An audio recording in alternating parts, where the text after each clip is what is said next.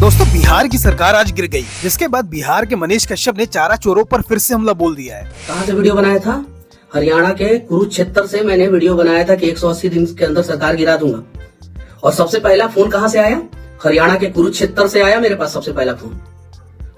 और उस व्यक्ति ने बोला कि मनीष भाऊ, ये कुरुक्षेत्र है और यहाँ पे जो धर्म के लिए लड़ता है, राज्य के लिए लड़ता है, देश के लिए लड़ता है, वो जीतता जरूर है। पांडव बहुत कमजोर थे, बस श्री कृष्ण उनके साथ थे उस समय प्रत्यक्ष रूप से, और आज श्री कृष्ण मेरे साथ है अप्रत्यक्ष रूप से।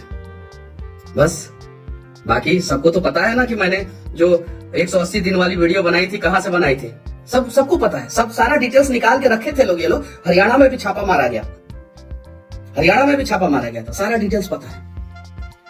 ये चीजें है। चलिए देखते हैं, आगे जो भी होगा वो देखा जाएगा।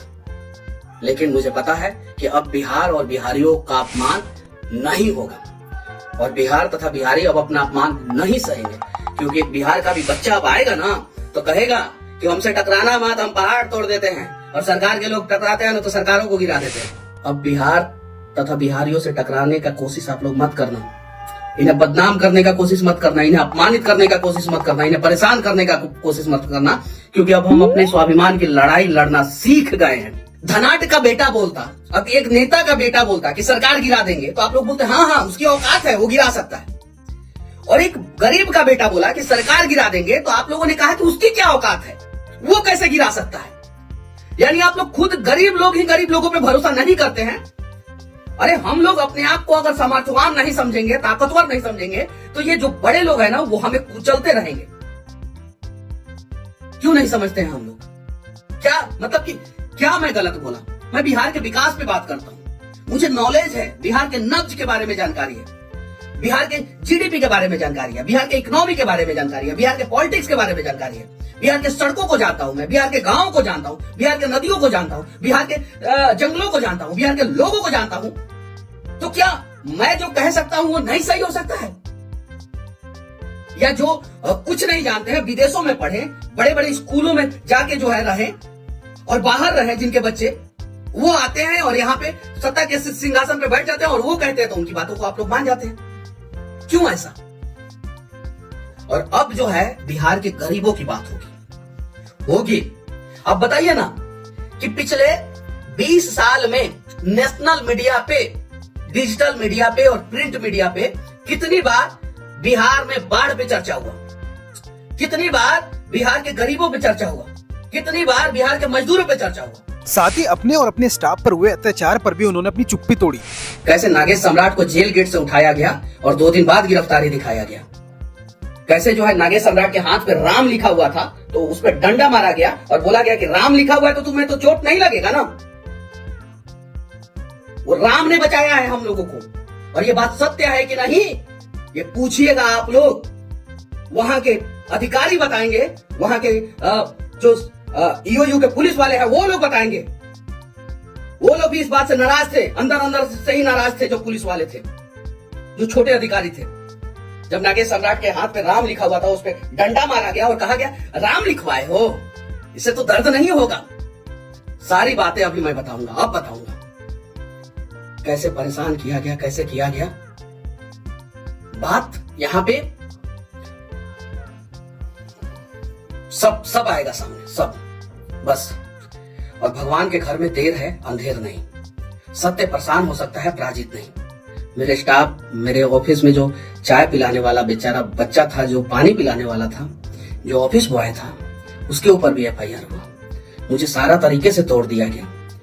मैं किसी से अगर कभी मिला, फोटो अगर उसका डाल दिया था फेसबुक पे, उन लोगों के ऊपर भी एफआईआर हुआ था। इसके बाद भी मनीष नहीं रुके और उन्होंने यूट्यूबर्स के हक के लिए भी आवाज उठाई। कल तक हम यूट्यूबरों की इज्जत ये होती थी कि ये यूट्यूबर है, 500 रुपए में बिक जाता है।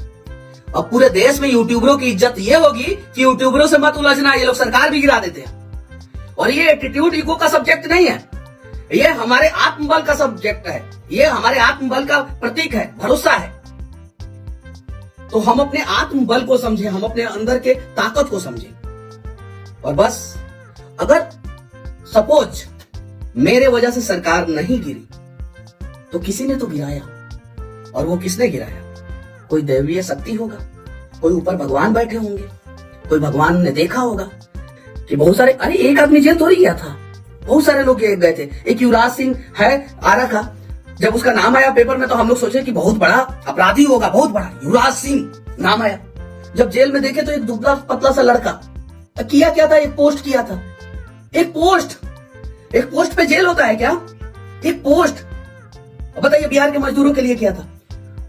वो जमुई जिला का एक दलित जाति का लड़का जिसका केस में 1 नंबर पे नाम था, दलित बेचारा था। जब आप दलितों की बात करते हैं तो उसने अपने लोगों के लिए ना पोस्ट किया था कि बिहार के मजदूर मार खा रहे हैं। अब सारा सबूत दूंगा और प्रशासन अब सबूत देखेगा, अब देखना पड़ेगा बिहार के लोग मार खाए थे। अब दूंगा सबूत और दिखाऊंगा दुनिया को कि मनीष कश्यप गलत नहीं था, सारा सबूत के साथ। जो करना है कर लीजिए। हम लोग छाती से छाती टकराने वाले लोग हैं, हम लोग लड़ने वाले लोग हैं, ठीक है। सबूत दूंगा, सब कुछ दूंगा और ये भी दूंगा कि कैसे हमारे साथ गलत हुआ। अभी हमारी कहानी जो है सिर्फ और सिर्फ आप लोग 1% जाने हैं, 10% भी नहीं, 1%। बहुत सारे लोग मेरे वजह से गिरफ्तार हुए सड़कों पे, बहुत सारे लोगों पे FIR हुआ।